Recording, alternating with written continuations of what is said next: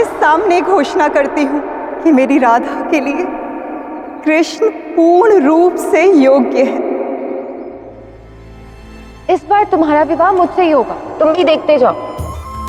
आज सभी देवी देवताओं को साक्षी मानकर मैं कृष्ण और राधा के विवाह की घोषणा करती हूँ। महादेव, देवी पार्वती, आज ऐसा प्रतीत हो रहा है जैसे मेरे सारे स्वप्न, मेरे सारे प्रयास सफल होने को है। जिस दिन की मुझे वर्षों से प्रतीक्षा थी, आज वो मेरे समक्ष है। मेरे और कृष्ण के विवाह का मुहूर्त निकलने वाला है। महाराज की जय हो। एक शुभ समाचार है।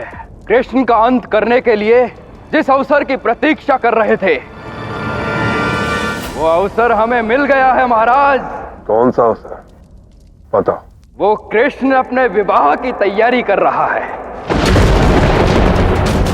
कृष्ण विवाह कर रहा है? हाँ महाराज, करे वो कृष्ण विवाह की तैयारी, किंतु मैंने भी उसकी मृत्यु की तैयारी कर ली है। उसका अंत उसके विवाह के समय ही होगा और मैं उसका विवाह कदापि संपन्न नहीं होने दूंगा।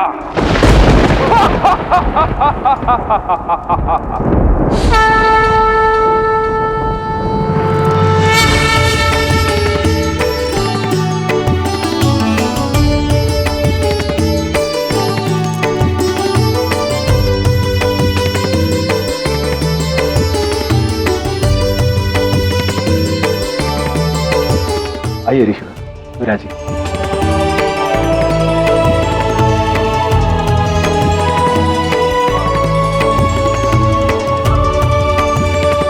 ऋषिवर, ये राधा और कान्हा के पंचांग। ऋषिवर, अब तो बस आप शीघ्रातिशीघ्र इन दोनों के विवाह के लिए एक शुभ मुहूर्त निकाल दीजिए। मेरे और कृष्ण के विवाह का मुहूर्त निकलने में क्षण भर का विलंब है। बस जैसे ये हो जाए, मैं और कृष्ण स्वयं आपके पास आएंगे हमारे विवाह का निमंत्रण लेकर। राधा ने कितने वर्षों से इस क्षण की प्रतीक्षा की है महादेव। कृष्ण के हर सुख दुख में राधा ने उनका साथ दिया, किंतु दोनों जीवन साथी के रूप में एक नहीं हो पाए। किंतु अब मैं अत्यधिक प्रसन्न हूं, क्योंकि इस बार कदाचित राधा और कृष्ण दोनों प्रेम के विवाह बंधन में बंध जाएंगे। मुझसे तो उस क्षण की प्रतीक्षा ही नहीं हो रही है। हाँ गौरी, प्रतीक्षा तो मुझसे भी नहीं हो रही। कदाचित इसीलिए मेरे हृदय में ये इच्छा जागृत हुई है कि मैं विवाह से पूर्व एक बार आराध्य से भेंट कराऊं। महादेव, अचानक आपका हृदय आपके आराध्य से मिलने के लिए क्यों कह रहा है? कहीं आप और आपके आराध्य मिलकर कोई लीला तो नहीं करने वाले हैं? ये भला क्या बात हुई गौरी? मैंने तो केवल यही इच्छा व्यक्त की है कि मैं अपने आराध्य के विवाह से पूर्व एक बार उनसे भेंट करना चाहता हूं। इसमें लीला कैसी?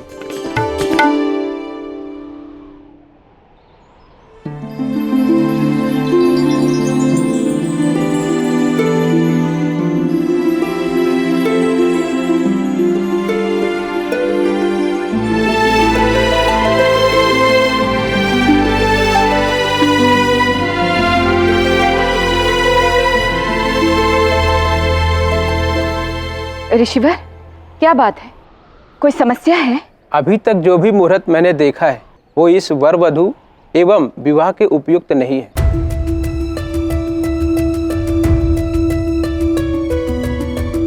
ऐसे कैसे हो सकता है? कोई मुहूर्त क्यों नहीं मिल रहा? दाऊ, ये ऋषिवर तो नहीं जानते, परंतु हमें तो ज्ञात है ना कि राधा और कृष्ण ही लक्ष्मी नारायण हैं। हाँ दाऊ, संसार की हर जोड़ी को लक्ष्मी नारायण का रूप कहा जाता है और इनके ही विवाह का कोई मुहूर्त नहीं मिल पा रहा है। उचित कहा तुम दोनों ने। मैं भी यही सोच रहा हूँ कि ये सभी तो स्वयं ऋषि सांदीपनी के शिष्य हैं और एक से बढ़कर एक ज्योतिष विद्या के महाज्ञानी, फिर भी एक मुहूर्त की तिथि नहीं निकाल पा रहे।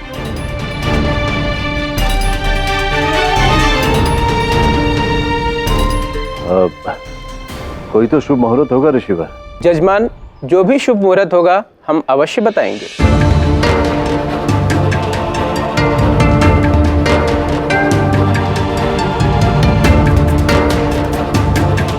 नहीं, ये भी उचित नहीं है।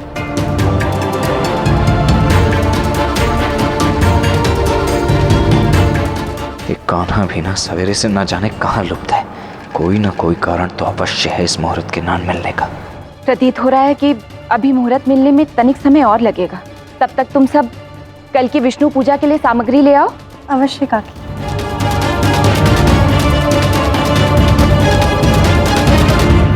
मैं कृष्ण का विवाह कदापि संपन्न नहीं होने दूंगा। मैं उसे विवाह के बंधन में बंधने से पहले ही मुक्त कर दूंगा। मैं उस कृष्ण को जीवित ही निगल जाऊंगा। कृष्ण का वध करने से पहले मुझे ये पता लगाना होगा कि उसका विवाह कब और किसके साथ हो रहा है।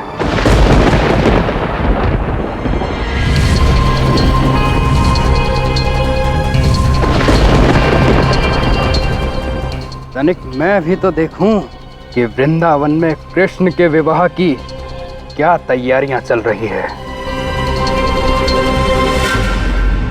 राधा और कृष्ण के विवाह के लिए ले जा रही हो ना? हाँ काका, उसी के लिए ले जा रहे हैं। काका, आज तो संपूर्ण वृंदावन आएगा आपके पास पूजा की सामग्री लेने। कल सुबह विष्णु पूजन के लिए जो जाना है। क्या कहा? कृष्ण का विवाह हो रहा है? कब? अभी तक मुहूर्त तो नहीं निकला है, परंतु शीघ्र ही निकल जाएगा। यदि मुहूर्त नहीं निकला है तो ये सब तैयारियां किस लिए? प्रतीत होता है आप वृंदावन में नए हैं, इसीलिए आपको वृंदावन की प्रथा का बोध ही नहीं है। हमारे यहाँ विवाह से पूर्व विष्णु पूजन की विधि संपन्न की जाती है, जिसमें विवाह बंधन में बंध रहे जोड़े के साथ साथ सभी वृंदावन वासी गाँव के विष्णु मंदिर में जाकर प्रभु का आशीर्वाद लेते हैं। अच्छा, ये तो बड़ी ही अच्छी बात है। वैसे ये विष्णु मंदिर है कहाँ?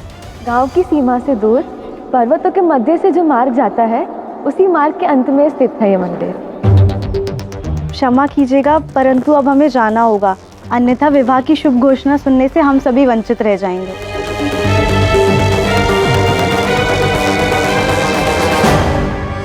जाओ सखियो, जाओ। कल ना तो उस मंदिर में वो कृष्ण पहुंचेगा और ना ही कोई अन्य वृंदावन वासी। आराध्य,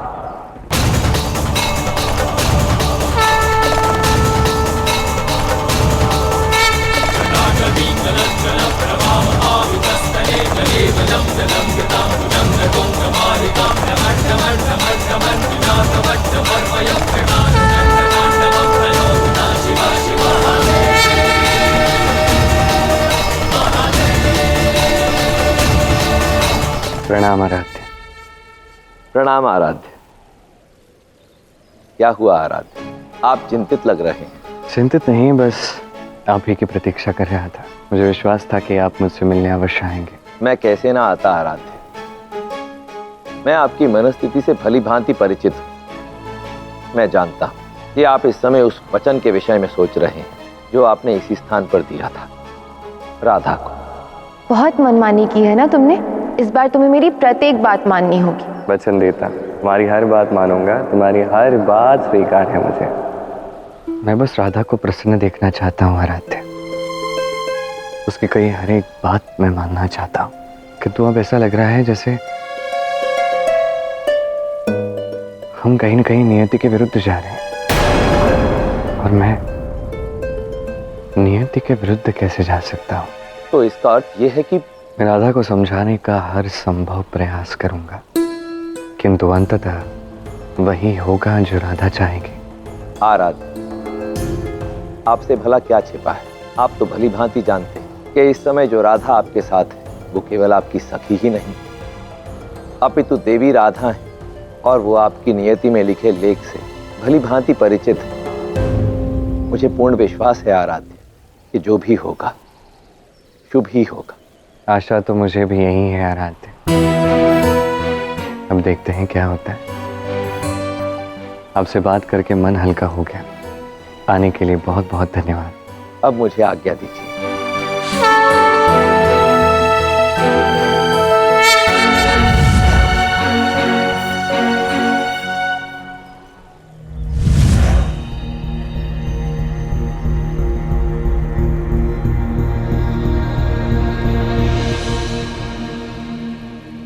गाओ।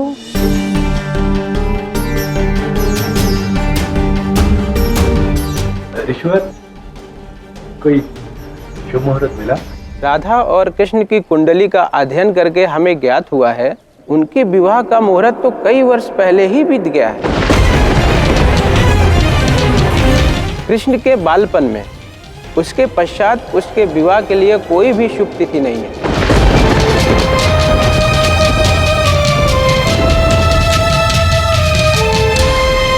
ये आप क्या कह रहे हैं ऋषिवर? मेरे कान्हा के विवाह की तिथि उसके बालपन के समय में ही थी, परंतु कान्हा का विवाह बालपन में कैसे हो सकता था? ये हम नहीं, अपितु इनकी नियति कह रही है। ऋषिवर, कोई तो मुहूर्त होगा ना? देखिए आप। ऋषिवर, राधा और कृष्ण एक दूसरे से बहुत प्रेम करते हैं। उनके इसी प्रेम के गठबंधन के लिए कृपया एक उचित मुहूर्त ढूंढ निकालिए। मैया सत्य कह रही है ऋषिवर। तनिक प्रयास करके देखिए, कोई तो मार्ग होगा, कोई तो मुहूर्त निकल आएगा। ठीक है, हम एक बार पुनः देखते हैं।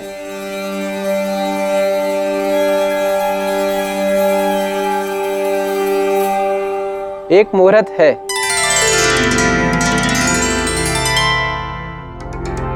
कौन सा मुहूर्त है ऋषिवर? आने वाली पूर्णिमा की तिथि। ये मुहूर्त मात्र कुछ ही दिनों बाद है, किंतु ये तिथि विवाह के लिए सबसे योग्य मुहूर्त नहीं है। केवल एक ऐसी तिथि है जब विवाह संपन्न हो सकता है। बस बस, हमें ये तिथि स्वीकार्य है। ऋषिगण, आप सबका बहुत बहुत धन्यवाद। बलराम, सर्वप्रथम सभी ऋषिगण का मुंह मीठा कराओ। जी मैया। कीर्तिदा, बधाई हो। चलो, सबसे योग्य ना सही किंतु शुभ मुहूर्त तो निकला। अन्य सब तो मैं संभाल लूंगी। मैं ये शुभ समाचार जाकर कृष्ण को देकर आती हूँ।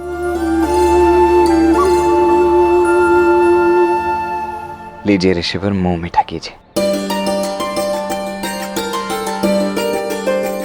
राधा और कान्हा के विवाह के लिए कोई शुभ मुहूर्त नहीं निकला, और इतनी कठिनाइयों से जो एक मुहूर्त मिला वो भी पूर्णतः योग्य नहीं है। ये सब हो क्या रहा है?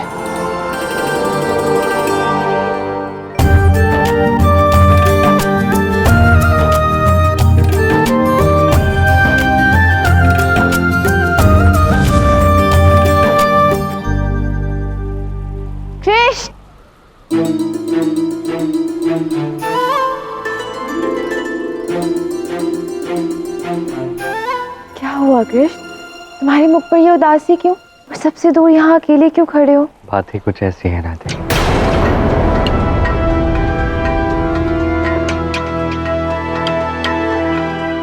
मैं जानता हूं कि मैंने तुम्हें वचन दिया है कि मैं तुम्हारी हर एक बात मानूंगा।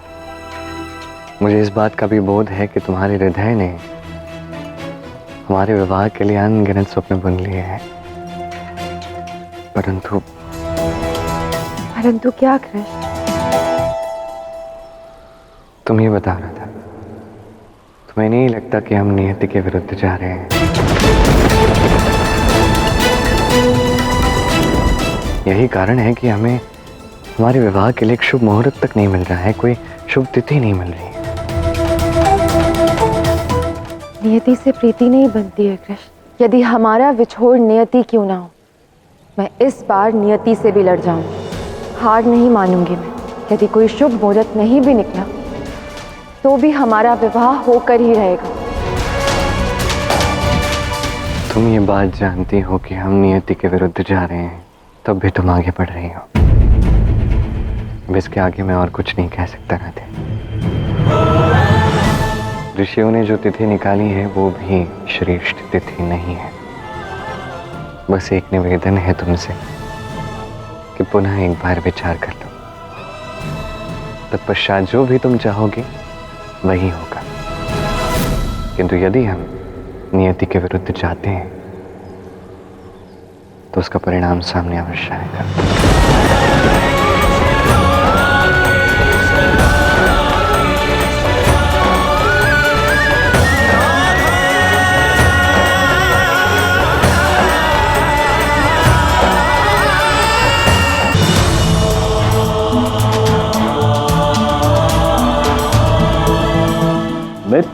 इतने कम समय में कितने सुंदर निमंत्रण पत्र बनकर आए हैं। हाँ मित्र, सत्य कहा।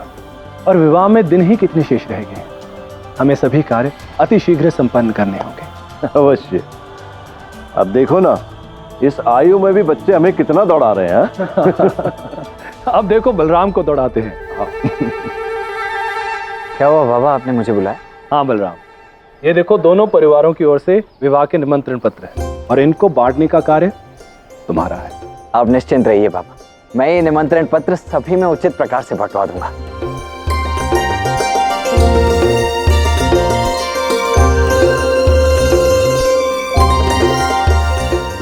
मित्र, बरसाना के उजड़ जाने के पश्चात ऐसा लगा था कि पुनः हमारा घर कभी नहीं बनेगा, किंतु आपने इसका एहसास कभी होने नहीं दिया हमें।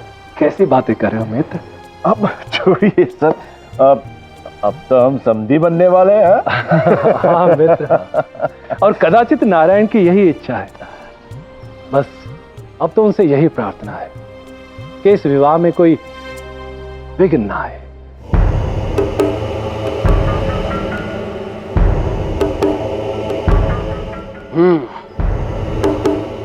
तो ये है वो विष्णु मंदिर। जगत के प्रिय नारायण, कल सवेरे वृंदावन के सभी वासी आपके दर्शन और आशीर्वाद के लिए यहाँ आने को उत्सुक हैं।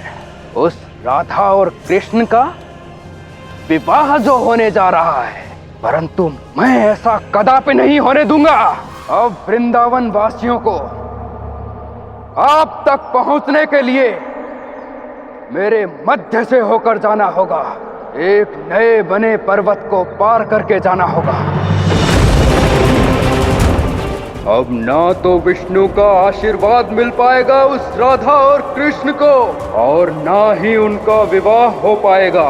होगी तो केवल सभी वृंदावन वासियों की मृत्यु।